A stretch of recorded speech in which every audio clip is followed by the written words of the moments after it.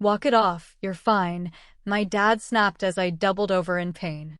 My brother said, she does this for attention. Even my mom muttered, she'll do anything to ruin a quiet weekend. But when I passed out and the EMT ran a scan, she turned to them and said, you'd better call an attorney, because the MRI showed. You know, they say I just fell down the stairs. My parents love telling that story about their clumsy daughter, Olivia, always having accidents. But my memories? They scream the truth. And the truth? One push was all it took for my entire family's house of lies to come crashing down, exposing 17 years of hidden torment written right there on my bones. Okay, so let me take you back to that day. The lake house, you know the type. Perfect, straight out of a magazine, all sunlight and cozy wood. On the outside, it screamed perfect family getaway. Inside? I was 17, and I was trying my absolute best to become invisible.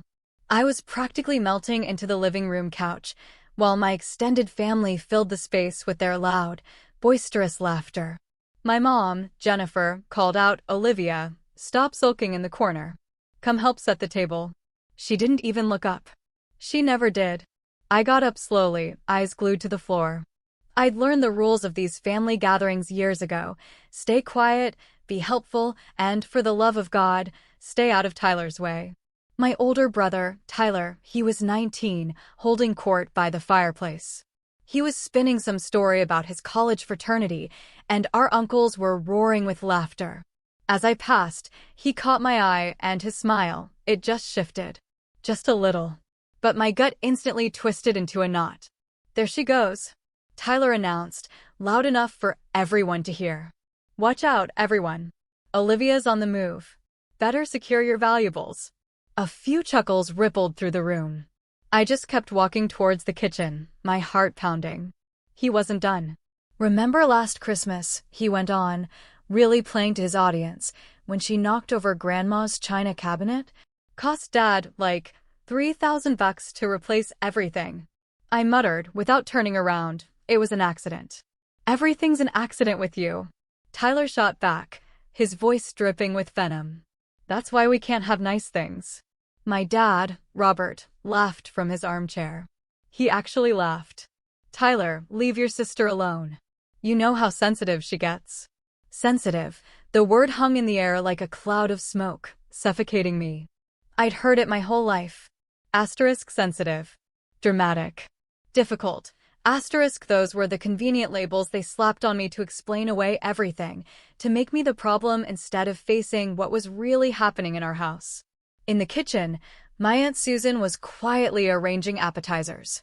She gave me a small, sad smile, the kind that said, I understand, but I won't say anything. Nobody ever said anything. Could you take these to the dining room? Susan asked, her voice gentle.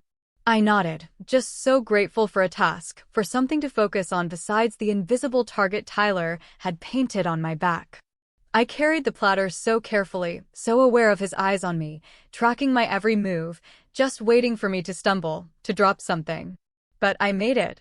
I placed the dishes on the table, a small, silent victory. Kids these days, I heard my uncle saying to Tyler from the living room. When I was in college, we knew how to have real fun. None of this social media nonsense. Oh, we have plenty of fun, Tyler cut in, his voice laced with that familiar, predatory edge. Right, Liv? Tell Uncle Pete about all the fun you have at school. I froze. I never knew the right answer. If I said I had friends, he'd mock me for lying. If I admitted I kept to myself, he'd call me a loser. So I said nothing. She doesn't really do the social thing, Tyler answered for me, his voice oozing condescension. More of a library ghost. Probably why she's so pale. My mom, still scrolling on her phone, mumbled, Tyler, be nice to your sister. No real warning. No real anything. Just a mild suggestion. There never was. The afternoon dragged on, each minute a tiny torture. We played board games, and I tried to be just present enough to avoid attention. But Tyler was relentless. If I won a round of Trivial Pursuit, he accused me of cheating. If I stood up to use the bathroom, he'd scoff about me running away when things got competitive. By evening, the house felt heavier. The adults had been drinking since lunch, and the younger cousins were getting whiny. I saw my chance to escape during a particularly chaotic game of Monopoly. Tyler had just bankrupted our cousin and was gloating, loudly, obscenely. That's when I quietly stood up. "Where are you going?" Tyler's voice sliced through the celebration. "Just upstairs for a minute," I mumbled, already moving toward the staircase. "Running away again?" He was on his feet now, following me. Typical Olivia, can't handle a little competition. "I'm just tired, Tyler." My voice was a desperate whisper. "You're always tired or sick or something." He was right behind me now as I reached the staircase landing. It's pathetic. I tried to move past him, but he stepped in front of me, blocking the way. He was massive. Had been since he hit his growth spurt at 14. Now, at 19, home from his sophomore year of college, he seemed to take up even more space, like a looming storm cloud. "Tyler, please move." "Or what?" He spread his arms wide, a taunting grin on his face. "I'm protecting the kingdom from the dragon. You can't pass." It was a childish game, something from when we were little. But there was nothing playful in his eyes now. I tried to duck under his arm. And that's when it happened. His hands connected with my shoulders. Hard, not a gentle nudge, not a friendly shove. This was a push, the kind that sent me backward with real, malicious force. I saw his face change as I fell. Saw the flicker of something that might have been surprise, maybe even fear. Then I was tumbling, my body hitting the stairs at the wrong angle, my back twisting as I desperately tried to catch myself. I heard the crack before I felt it. A sound like a thick branch snapping underfoot. Then I was at the bottom of the stairs, and the pain arrived all at once, a wave of agony that stole my breath. I couldn't move, couldn't breathe. I could only lie there, staring at the ceiling as footsteps thundered above me. "What happened?" That was my mother's voice, sharp with annoyance. "She fell," Tyler said, too quickly. "She just fell." I tried to speak, tried to scream that wasn't what happened, but I couldn't get enough air. My back felt wrong. Everything felt wrong. "For God's sake." My father's voice boomed from the top of the stairs. "Olivia, get up. You're making a scene." I tried. God, I really tried. But when I attempted to move my legs, nothing. Absolutely nothing. The panic that flooded through me then was worse than the pain. "I can't," I whispered. "What do you mean you can't?" My mother was coming down the stairs now, careful in her heels. "Stop being dramatic." "Mom, I can't move my legs." There was a moment of terrifying silence. Then my father laughed. He actually laughed. "She's fine. She's always pulling stunts like this for attention." Tyler appeared at the edge of my vision, his face pale. "It was just a joke," he said. But he was talking to our parents, not to me. "I didn't push her that hard." "So, you did push her?" Aunt Susan's voice came from somewhere I couldn't see. "Not like that," Tyler said defensively. We're just messing around." "She needs a hospital," Susan said firmly. "She needs to stop being so dramatic," Robert countered. "Olivia, seriously, get up. You're embarrassing yourself." The extended family had gathered now, a circle of faces looking down at me, some concerned, some annoyed, most just incredibly uncomfortable. The little cousins were being ushered away. Someone was muttering something about ruining the evening. I closed my eyes, hot tears sliding down my temples into my hair. I could hear them talking about me around me, but never to me. Never to me. I was a problem to be solved, an inconvenience to be managed. And now I couldn't feel my legs, and they still didn't believe me. "Come on, sweetheart. Try to sit up." My mother's voice had shifted to the fake sweetness she used in public. They had an audience now, and Jennifer Harrison never looked bad in front of an audience. I tried again, using my arms to push myself up, but the movement sent lightning through my spine. I screamed. Couldn't help it. And fell back. "Jesus Christ," my father muttered. "Tyler, help your sister up." Tyler moved forward, reluctantly, reaching for my arms. "Come on, Liv. Stop being weird. Don't touch me." The words came out louder than I intended. Tyler jerked back like he'd been slapped. "I was trying to help," he said, his voice rising, defensive. "It was just a joke, okay? I didn't mean for you to fall like that. You pushed me." I said, my voice shaking uncontrollably. I was playing around. Tyler's face was red now. You're the one who's clumsy. You're always falling over stuff. That's true, my mother chimed in quickly. Remember when she fell off her bike last summer? And that time at school when she tripped in the cafeteria? I wanted to scream that those weren't accidents either, that Tyler had loosened my bike chain, that he'd tripped me in the cafeteria. But what was the point? They never believed me. They never wanted to believe me. We should call an ambulance, Aunt Susan said again, her phone already in her hand. Absolutely not, Robert said firmly. We're not wasting emergency services on a teenager's tantrum. Robert, she says she can't move her legs. Susan argued. She's lying, he said flatly. Or exaggerating. She always does this. Time passed strangely after that. I just lay there on the floor while my family debated above me. Someone suggested moving me to the couch, but when they tried, the pain was so intense, I nearly passed out. Eventually, they just left me where I was, throwing a blanket over me like I was a piece of broken furniture they didn't know what to do with. The party continued around me. I could hear them in the dining room, the clink of silverware, the murmur of conversation. They were eating dinner while I lay on the floor. The numbness in my legs was spreading, a cold, creeping sensation from my lower back. I tried wiggling my toes, concentrated all my effort on it, but nothing happened. My 8-year-old cousin, Emma, snuck over to me while the adults were distracted. Emma was a quiet kid with huge brown eyes who rarely spoke at family gatherings. Olivia, she whispered, kneeling beside me. Are you really hurt? Yes, I whispered back. Why won't they help you? I didn't know how to answer that.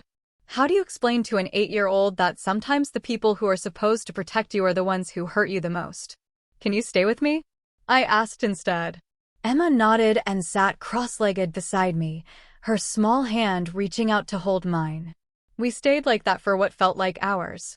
Emma occasionally stroking my hair, the way my own mother never did.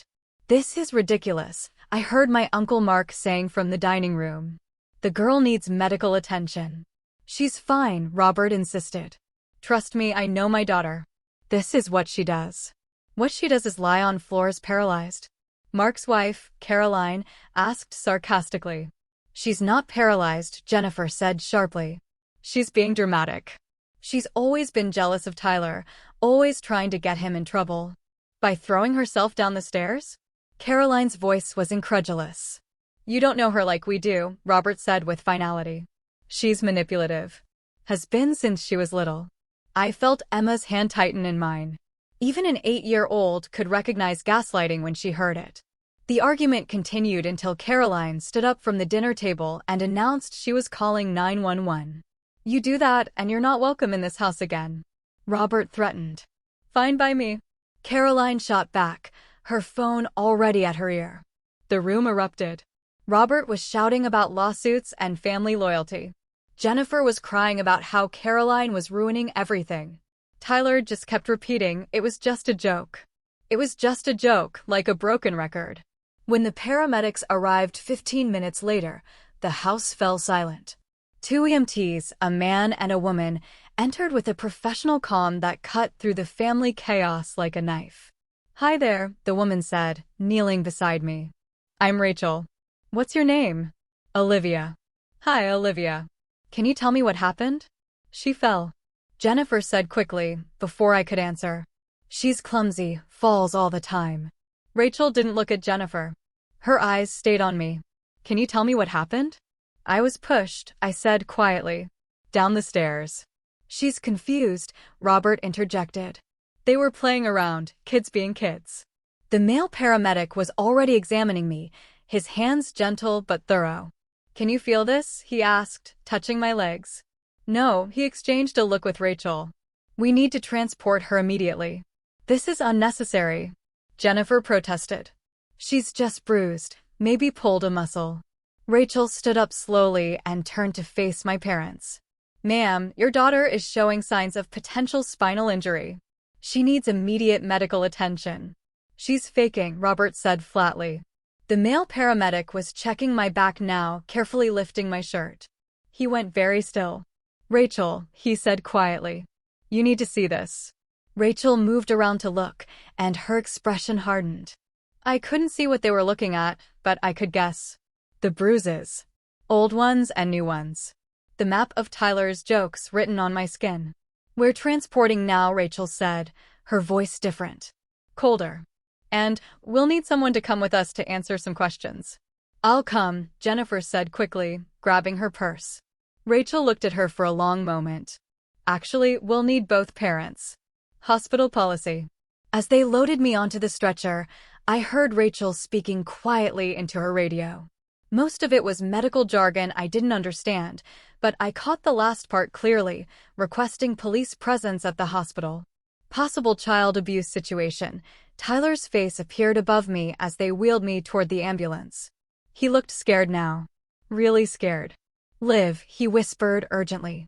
"Don't say anything stupid, okay? It was just a joke, you know. It was just a joke." But I was done pretending. Done protecting him. Done being silent. As they lifted me into the ambulance, I looked him straight in the eye and said, loud enough for everyone to hear, "No, Tyler." It wasn't. The hospital was a blur of white walls and bright lights. I was rushed through corridors, medical staff calling out terms I didn't understand. The pain medication they'd given me in the ambulance made everything feel distant and dreamlike, but I could still feel the weight of what was happening. 17-year-old female, fall downstairs approximately 3 hours ago, Rachel was saying to the emergency room doctor. Possible spinal trauma, unable to move lower extremities, multiple contusions in various stages of healing, observed on back and torso. The doctor, a woman with kind eyes behind wire-rimmed glasses, leaned over me. "I'm Dr. Brett Patel. We're going to take good care of you." "Okay." I nodded, or tried to. They put my neck in a brace, and movement was difficult. "We need to get her to imaging immediately," Dr. Patel said. "Full spinal series, and I want a complete body scan." "My parents," I whispered. "They're here," a nurse said gently. "They're in the waiting room." As they wheeled me toward the MRI suite, I could hear my mother's voice carrying down the hallway. "This is ridiculous. She's fine. This is all a misunderstanding." The MRI room was cold and sterile. The technician, a young man named James, explained everything he was doing as he positioned me. "This is going to be loud," he said kindly. "Like, really loud construction noise. But I'll be right here the whole time, and you can talk to me through the intercom if you need anything." A nurse stayed with me, holding my hand as they slid me into the machine. The woman's touch was gentle, maternal in a way my own mother's had never been. "You're very brave," the nurse whispered, just before the machine started. The MRI seemed to last forever, the banging and clicking sounds reverberating through my bones. I closed my eyes and tried to think of anything else, but my mind kept returning to Tyler's face, to that moment of surprise when I'd fallen. Like even he hadn't expected it to go that far. When it was over, James helped transfer me to a regular hospital bed. His face was carefully neutral, but I saw him exchange a look with the nurse. "The doctor will be in to talk to you soon," he said. But something in his voice had changed. Alone in the room for the first time, I could hear my parents in the hallway. My mother was demanding to speak to the doctor privately. "I need to know what she's telling people," Jennifer was saying. "She has a tendency to exaggerate." "Ma'am, your daughter has a serious injury," someone responded. "She's always been clumsy," my father's voice joined in. "This is probably costing thousands of dollars for nothing." My phone buzzed on the bedside table. The nurse had salvaged it from my pocket. I looked at the screen and my stomach clenched. A text from Tyler. *, don't say anything stupid. It was a joke. You know how mom and dad get. Don't make this worse than it is. *, then another. *, I'm sorry, okay?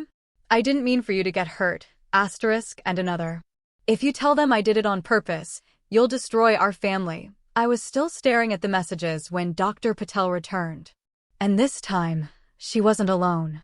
The technician was with her, and they both looked grave. "Olivia," Dr. Patel said, pulling a chair up beside the bed. "I need to talk to you about what we found." "Am I paralyzed?" The word came out as barely a whisper. "No," Dr. Patel said quickly. "The good news is that while you have a compression fracture in your L3 vertebra, your spinal cord is intact. With treatment and physical therapy, you should regain full mobility. Relief flooded through me, but the doctor's expression didn't change. However, Dr. Patel continued, the MRI showed something else. Something concerning. She pulled up images on a tablet, showing them to me. They looked like ghostly white pictures of bones. These are your ribs, she said, pointing. This fracture here is fresh, from today. But these, she pointed to several other areas. These are older, different stages of healing. This one is maybe 2 months old. This one, perhaps 6 months. I stared at the images. Evidence. Finally, evidence that I wasn't crazy, wasn't dramatic, wasn't making things up. There's also this, Dr. Patel continued, showing another image. Damage to your T7 vertebra that's at least a year old. Olivia, these injuries, they paint a picture of repeated trauma. Can you tell me how they happened? The room felt very quiet suddenly. I could hear my heart monitor beeping. Could hear voices in the hallway, but it all seemed very far away. My brother, I said finally. Tyler, he likes to play rough. Play rough how? And suddenly it was all spilling out. The pushing, the shoving, the accidents that weren't accidents. The time he'd pushed me off my bike and I'd ended up with a concussion. The time he'd locked me outside in the snow in just my pajamas. The time he'd held my head underwater in the pool until I'd nearly drowned, then told everyone I'd been showing off and gotten in over my head. Dr. Patel listened without interrupting, occasionally making notes on her tablet. When I finished, the doctor was quiet for a moment. Olivia, what you're describing is abuse. Physical abuse. And from these scans, it's been going on for a long time.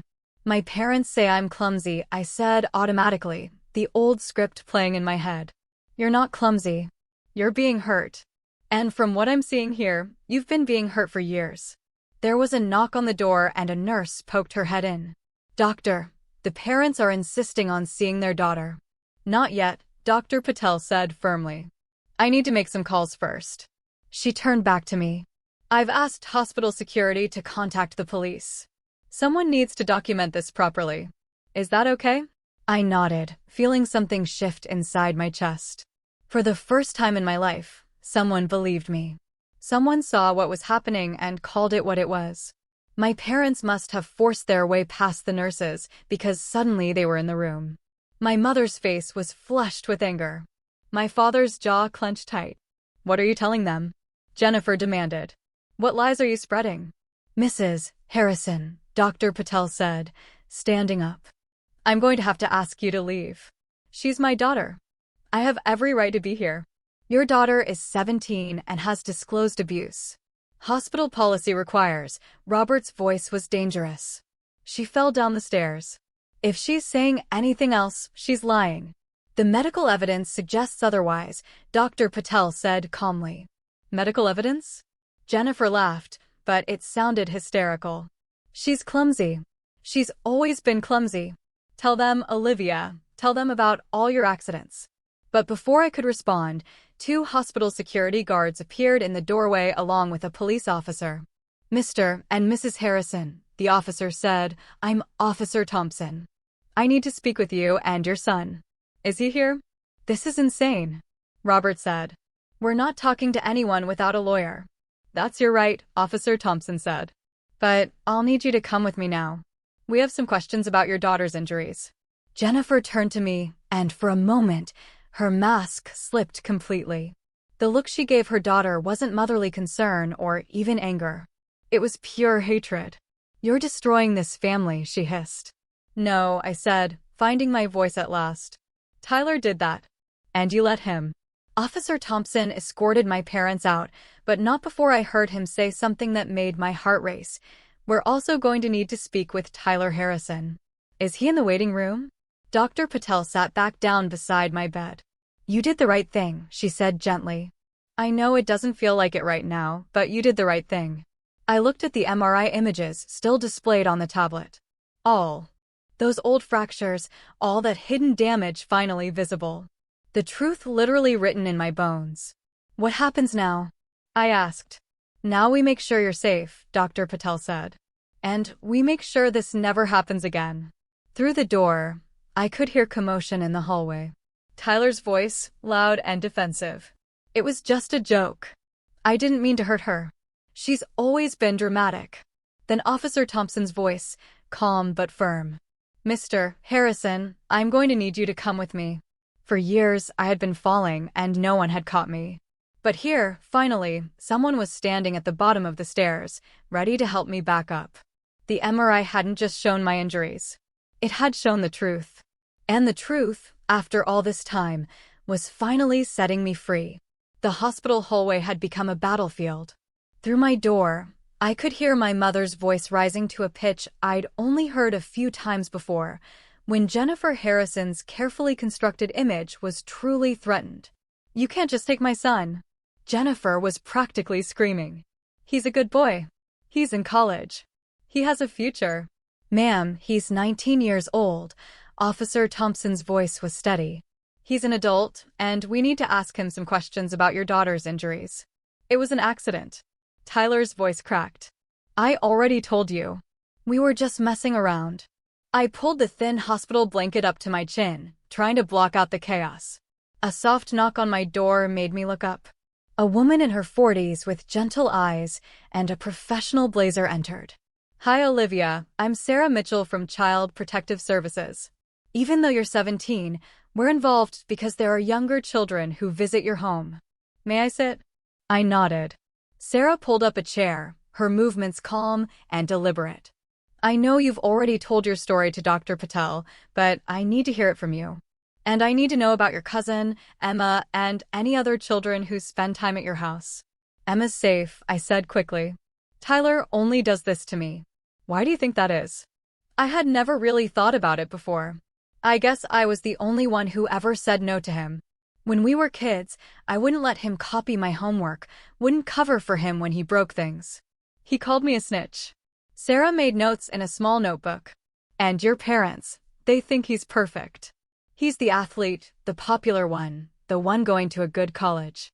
I trailed off. "You're just what?" she prompted gently. "The problem?" "The difficult one, the one who ruins things by existing." Before Sarah could respond, the door burst open. Robert Harrison stood there, his face red with rage. A man in an expensive suit beside him. "This is David Kramer, our attorney," Robert announced. "Olivia, you're not to say another word to anyone without him present." "Mr. Harrison," Sarah said calmly. "Your daughter is giving a statement about her injuries. She has the right to speak freely." "She's a minor," the lawyer said smoothly.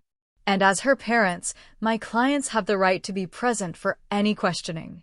Actually, Dr. Patel appeared in the doorway. "Olivia is 17, and in the state of Colorado, she can make her own medical decisions and speak to authorities about abuse without parental consent." "Abuse?" Robert's voice was dangerous. "My son pushed his sister during a game. Siblings fight. That's not abuse." "Mr. Harrison," Officer Thompson had returned. "We've just reviewed the text messages your son sent to your daughter after the incident. Messages where he admits to pushing her and tells her not to say anything. We're placing Tyler under arrest for assault." The explosion was immediate. Jennifer began sobbing dramatically. Robert was shouting about lawsuits, and the lawyer was making threats about false arrest. But through it all, I heard Tyler's voice from the hallway. "She made me do it. She's always provoking me. She knows how to push my buttons." "That's enough, Tyler," another officer's voice said, firm. "You have the right to remain silent." The words faded as they led him away. Jennifer rushed after them, her heels clicking on the hospital floor. Robert lingered, staring at me with an expression I'd never seen before. "You've destroyed everything," he said quietly. "Your brother's future, our family's reputation, everything we've built." "For what?" "Attention." "For the truth," I said, surprised by the steadiness in my voice. He left without another word. Sarah stayed with me for another hour, asking careful questions about the home environment, about patterns of behavior, about the times I tried to tell someone and had been dismissed. When she finally left, she squeezed my hand. "You're very brave," she said. "And you're not alone anymore." That evening, Aunt Susan snuck into my room after visiting hours, looking around nervously. I had to use my hospital volunteer badge to get in, she admitted, sitting on the edge of my bed. Your parents have you on a no-visitor list, except for them and their lawyer. Why are you here? I asked, genuinely curious. Susan had always been kind, but never intervened before. Because I should have done this years ago. Susan's eyes filled with tears. I knew something was wrong. The bruises you always had, the way you flinched when Tyler came near you, the way your parents always dismissed your injuries. I knew, and I said nothing because I didn't want to cause drama in the family. It wouldn't have mattered, I said. They wouldn't have believed you either. Maybe not, but I should have tried. Susan pulled out her phone. I've been taking pictures at family gatherings for years. Going through them last night, I found something. She showed me the screen. It was a photo from last summer's 4th of July party. In the background, barely visible, Tyler had his hand on my arm, gripping hard enough that, even in the blurry background, you could see my wince. There are more, Susan said. Christmas 2 years ago. There's one where you have a black eye that your mom said was from walking into a door. Your cousin's birthday party where you're wearing long sleeves in 90-degree weather. I'm giving these to the police. They'll never forgive you, I warned. Good, Susan said firmly. I don't want their forgiveness. The next morning brought a new complication. Jennifer arrived with a different strategy. Tears streaming down her perfectly made-up face. Sweetheart, she said, reaching for my hand. I pulled away. I know you're confused and hurt. The medication they have you on, it can make you remember things differently. The MRI doesn't lie, Mom. Jennifer's expression flickered. Those old injuries, they were from your clumsiness. Remember when you fell off your bike? When you tripped at school? Tyler loosened my bike chain. He tripped me at school. You can't prove that, Jennifer said. And there was something triumphant in her voice. It's your word against his. And, sweetheart, who do you think people will believe? The star athlete with a bright future, or the troubled girl who's been in therapy for anxiety and depression? My heart sank. I had been in therapy briefly, until my parents decided it was making me worse and pulled me out. The medical evidence, I started, shows injuries that could have come from anywhere, Jennifer interrupted. Our lawyer says without proof that Tyler caused them intentionally, it's just unfortunate accidents. She leaned closer, and I could smell her expensive perfume. Come home, Jennifer whispered. Tell them you were confused. That it was an accident. Tyler will apologize. We'll get you the best physical therapy, and everything can go back to normal. Normal. I couldn't help but laugh. Normal was being afraid in my own home. Normal was being called clumsy and dramatic when I was being hurt. Normal was you choosing him over me every single time. Jennifer stood up, smoothing her skirt. You have until tomorrow to decide. After that, you're on your own. No college fund, no health insurance after you turn 18. Nothing. You'll be just another sad story. Alone and broken. After she left, I lay in the dark, tears sliding down my face. They were right about one thing. It would be my word against theirs. The Harrison family versus the troubled daughter. Then my phone buzzed. It was Emma's mother, Caroline. Check your email, the text said. I opened it to find a video file. It was from the lake house, taken on Caroline's phone. She'd been recording Emma singing, but in the background, clear as day, was the staircase. The video showed Tyler blocking my path. It showed him shoving me. It showed me falling. Everything. Emma remembered I was recording her, Caroline's next text read. We have proof. The video changed everything. Within hours of Caroline sending it to the police, Tyler's charges were upgraded from simple assault to aggravated assault. The prosecutor, a woman named Amanda Washington with sharp eyes and an even sharper suit, came to see me personally. This video, combined with your medical records and testimony, makes a very strong case, she explained. But I need to be honest with you. Your family has money. They've hired David Kramer, who's very good at what he does. This is going to get ugly. It's already ugly, I said. Amanda smiled slightly. Fair point. Tyler's been released on bail with conditions. No contact with you. He can't come within 500 feet of you, and he has to surrender his passport. My parents posted his bail. Within an hour of his arrest. I wasn't surprised, but it still hurt. The next few days brought a media storm. Somehow, the story had leaked. College student arrested for assaulting sister made the local news, then spread to social media. Tyler's fraternity suspended him pending investigation. His college announced they were reviewing his enrollment status. Robert and Jennifer fought back in the court of public opinion. They gave an interview to a local morning show. Jennifer dabbed at her eyes with a tissue as she described me as a troubled teen who had always resented her successful brother. "We've tried so hard with her," Jennifer said to the sympathetic host. "Therapy, medication, special attention. But she's always been jealous of Tyler." "And these injuries?" the host asked carefully. "She's always been accident-prone," Robert said smoothly. "We have medical records going back years. Falls, bumps, bruises. We even had her tested for balance disorders. They were good." I had to admit that. They'd taken every injury Tyler had caused and spun it into evidence of my supposed clumsiness. But Amanda Washington was better. She released a statement with select portions of the medical records showing the pattern of injuries consistent with abuse, not accidents. She shared statistics about sibling abuse, how it was often overlooked and dismissed. And then, with my permission, she released a single still from Caroline's video. The moment of Tyler's hands on my shoulders, his face twisted in anger. Tyler's carefully crafted image crumbled overnight. His social media filled with comments calling him a monster. His fraternity officially expelled him. The college announced he was no longer welcome on campus, and Tyler predictably lashed out. Despite the restraining order, he found ways to get messages to me through mutual acquaintances. *, "You've ruined my life. I hope you're happy. This is all your fault. *, but the most chilling message came through our cousin. *, she's lying about other things too. I never heard her before. This was the only time. *, that's when I made a decision. I started writing. I'd always kept journals hidden in various places Tyler and my parents couldn't find them. Now, in the hospital, I began transcribing them, typing everything into my phone.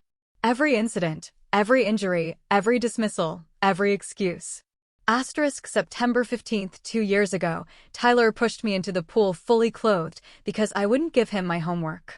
When I couldn't swim properly in jeans and sneakers, he told Mom I jumped in to get attention. December 23rd, 3 years ago, he locked me in the basement storage room during Christmas dinner. 3 hours in the dark. When Dad finally found me, Tyler said we were playing hide-and-seek and I was too stupid to realize the game was over. March. Broke my ribs wrestling. Mom said it was my fault for not being careful. I had to wrap them myself because they wouldn't take me to the doctor. * pages and pages of evidence, dated and detailed. Sarah Mitchell from CPS read through them with tears in her eyes. "This is systematic abuse," she said. "And systematic neglect from your parents." The prosecutor added the journals to evidence. The case was building. Meanwhile, I had been moved to the rehabilitation wing of the hospital. My spinal fracture was healing, but I needed intensive physical therapy to regain full mobility in my legs. The first time I stood up, supported by parallel bars, I cried, not from pain, but from pure relief. "You're doing amazing," my physical therapist, Marcus, encouraged me. "Most people with your injury take weeks to get this far." "I'm motivated," I said through gritted teeth, taking another shaky step. "I can see that. Family visiting today?" "No," I said simply. Marcus didn't push, but I did have visitors. Caroline came every day with Emma, who drew pictures for my room. Susan brought home-cooked meals, ignoring the angry texts from Jennifer calling her a traitor. Even Uncle Mark stopped by, awkwardly admitting he should have stood up to Robert years ago. "I was a coward," he said simply. "I'm sorry." A reporter from the Denver Post reached out, wanting to do a feature story on sibling abuse. After discussing it with Amanda, I agreed to an interview with my identity protected. The article, titled "The Hidden Epidemic: When Siblings Become Abusers," featured my story prominently. It talked about how sibling abuse was often dismissed as kids being kids, how parents often enabled it by refusing to see one child as capable of seriously hurting another. The response was overwhelming. Hundreds of people reached out with their own stories. I read them late at night, finding comfort in knowing I wasn't alone. But the Harrisons weren't giving up without a fight. David Kramer filed motion after motion. He argued the video was inadmissible because it was taken without Tyler's consent. He claimed my journals were creative writing exercises, not factual accounts. He even brought in a medical expert who testified that my injuries could have resulted from a connective tissue disorder that caused easy bruising and fractures. They're trying to gaslight the entire legal system, Amanda told me after a particularly frustrating hearing. But juries aren't stupid. They can see patterns. The trial date was set for 3 months out. Tyler remained free on bail, though his life had effectively imploded. He'd been kicked out of his apartment when his roommates learned about the charges. His girlfriend left him. His summer internship was rescinded. Robert and Jennifer sold their vacation home to pay for his legal defense. "Look what you've done to us," Jennifer said during what would be our last confrontation at the hospital. "We're selling everything. Your father's reputation is ruined. Tyler can't go back to school. Are you satisfied?" "I didn't do this," I said quietly. "Tyler did this. You did this. Every time you looked away, every time you called me dramatic. Every time you chose him over me, you did this. We gave you everything." Jennifer exploded. "You gave me bruises and anxiety and a brother who knew he could hurt me without consequences." I shot back. "That's what you gave me." The courtroom was smaller than I had expected. 3 months had passed since the fall, and I could walk now, though I still used a cane on bad days. Today was a bad day, but I refused to lean on it as I made my way to the witness stand. Tyler sat at the defense table in a suit that couldn't hide how much weight he'd lost. Our parents were behind him, Jennifer clutching Robert's hand like a lifeline. They wouldn't look at me. "State your name for the record," the clerk said. "Olivia Grace Harrison." Amanda Washington stood up, giving me an encouraging nod. "Olivia, can you tell us about your relationship with your brother?" For the next 2 hours, I spoke. I talked about the years of abuse, the constant fear, the way my parents had dismissed and diminished my pain. I kept my voice steady, even when describing the worst incidents. David Kramer's cross-examination was brutal. "Isn't it true you've been in therapy for depression?" he asked. "Yes," I said. "Because being abused is depressing. You kept journals, but you never told anyone what was allegedly happening." I told my parents multiple times. They didn't believe me. Or perhaps these incidents didn't happen the way you remember them? "The MRI doesn't lie, Mr. Kramer. Neither does the video." He tried everything, suggesting I was jealous of Tyler's success, that I had a pattern of attention-seeking behavior, that my injuries were self-inflicted or accidental. But I had spent 3 months preparing for this with Amanda. I didn't waver. The prosecution's evidence was overwhelming. The video played on a large screen, Tyler's shove, clear and deliberate. Medical experts explained how the pattern of injuries was consistent with long-term abuse. Sarah Mitchell testified about the family dynamics she'd observed. Then came the surprise witness. The prosecution calls Madison Wells. I didn't recognize the name until a young woman took the stand. Then I gasped. Madison had been Tyler's girlfriend in high school. "Miss Wells," Amanda began. "You dated Tyler Harrison for how long?" 2 years. Junior and senior year. "Why did the relationship end?" Madison looked directly at Tyler. He pushed me down a flight of stairs. The courtroom erupted. Jennifer actually screamed. "She's lying." The judge banged his gavel. "Order." Madison continued, her voice shaking but determined. "He said it was an accident." I believed him at first, but then I saw how he was with Olivia at a family dinner I attended. The way he accidentally hurt her. The way their parents ignored it. I realized what he'd done to me wasn't an accident either. "Did you report it?" Amanda asked. "No. I was 17. I was scared, and I saw how the Harrisons treated Olivia when she tried to speak up. I knew no one would believe me." Tyler's defense fell apart after that. 2 more ex-girlfriends came forward with similar stories. A teammate from high school testified about Tyler's violent temper. The pattern was undeniable. When Tyler took the stand in his own defense, he was a shadow of his former confident self. "It was just roughhousing," he insisted. "Siblings fight. I never meant to really hurt her." "You never meant to break her ribs?" Amanda pressed. "Never meant to fracture her spine?" I didn't know I was hurting her that badly. She screamed. She cried. She begged you to stop, and you didn't know. Tyler's jaw clenched. She's always been dramatic. Like Madison Wells was dramatic? Like Sarah Chin was dramatic? Like Rebecca Foster was dramatic? That's different. How is it different, Mr. Harrison? Tyler's composure finally cracked. Because Olivia knew how to push my buttons. She knew exactly what to say to make me angry. She wanted me to get in trouble. So, you're saying your 17-year-old sister deserved to have her spine fractured? I'm saying she's not innocent in this. The jury deliberated for less than 3 hours. Guilty of aggravated assault. Guilty of pattern of abuse. Guilty of violating the restraining order through third-party contact. Tyler was sentenced to 2 years in prison and 5 years probation. He would have to register as a violent offender. His dreams of law school, of the successful future he'd always assumed was his, were over. Robert and Jennifer were charged with child neglect and endangerment. They received probation and were required to attend parenting classes and therapy. The irony wasn't lost on anyone. After the verdict, I stood in the courthouse hallway, leaning on my cane. My parents walked past without a word, but Jennifer stopped at the last moment. I hope you're happy, she said coldly. I'm free, I replied. That's enough. I went to live with Susan, who had already set up a room for me, painted in the soft blues and greens I loved. It wasn't perfect. Nightmares still woke me, and some days the trauma felt overwhelming. But I was in therapy again, real therapy this time, with a counselor who specialized in family abuse. 6 months later, I published an essay in the Washington Post titled "The Fall That Saved My Life." It went viral within hours. I received thousands of messages from other survivors, from parents who recognized warning signs they'd been ignoring, from siblings who realized they were being abused. I started speaking at schools and conferences about recognizing and reporting sibling abuse. I testified before a state legislative committee about the need for better protective laws. The physical therapy was grueling, but a year after the fall, I could walk without assistance.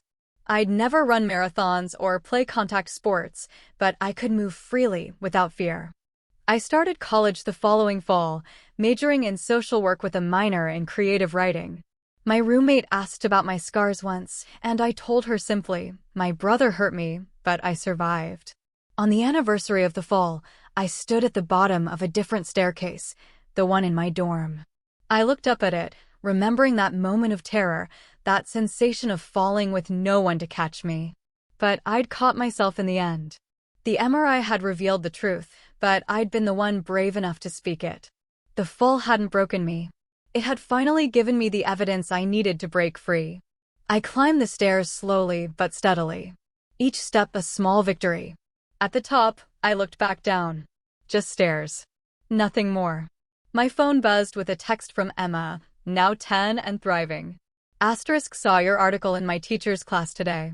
She says you're a hero. Asterisk I smiled, typing back. Not a hero, just someone who finally told the truth. I walked to my room, past a group of students laughing in the hallway. One of them called out, "Hey, Olivia, study group tomorrow? I'll be there." I called back. I had friends now, real ones, people who knew my story and liked me anyway. Not in spite of my trauma, but because of the strength I'd shown in surviving it. That night, I opened my laptop and began writing. Dear Tyler, asterisk this is the last thing I'll ever write about you. You took 17 years of my life, but you won't get a single day more. I don't forgive you. Forgiveness is mine to give or withhold, and I choose to withhold it. But I don't hate you either. Hate would mean you still have power over me, and you don't. Not anymore. I hope you learn from this. I hope you get help. I hope you never hurt anyone again. But mostly, I hope to never think of you after today. This is goodbye, asterisk your sister, former Olivia. I never sent it. Instead, I deleted it, closed my laptop, and pulled out my chemistry textbook. I had a test tomorrow, a life to live, a future to build. The MRI had shown the fractures in my bones, but it hadn't shown the strength that had always been there, waiting to heal, waiting to rise. And rise I did.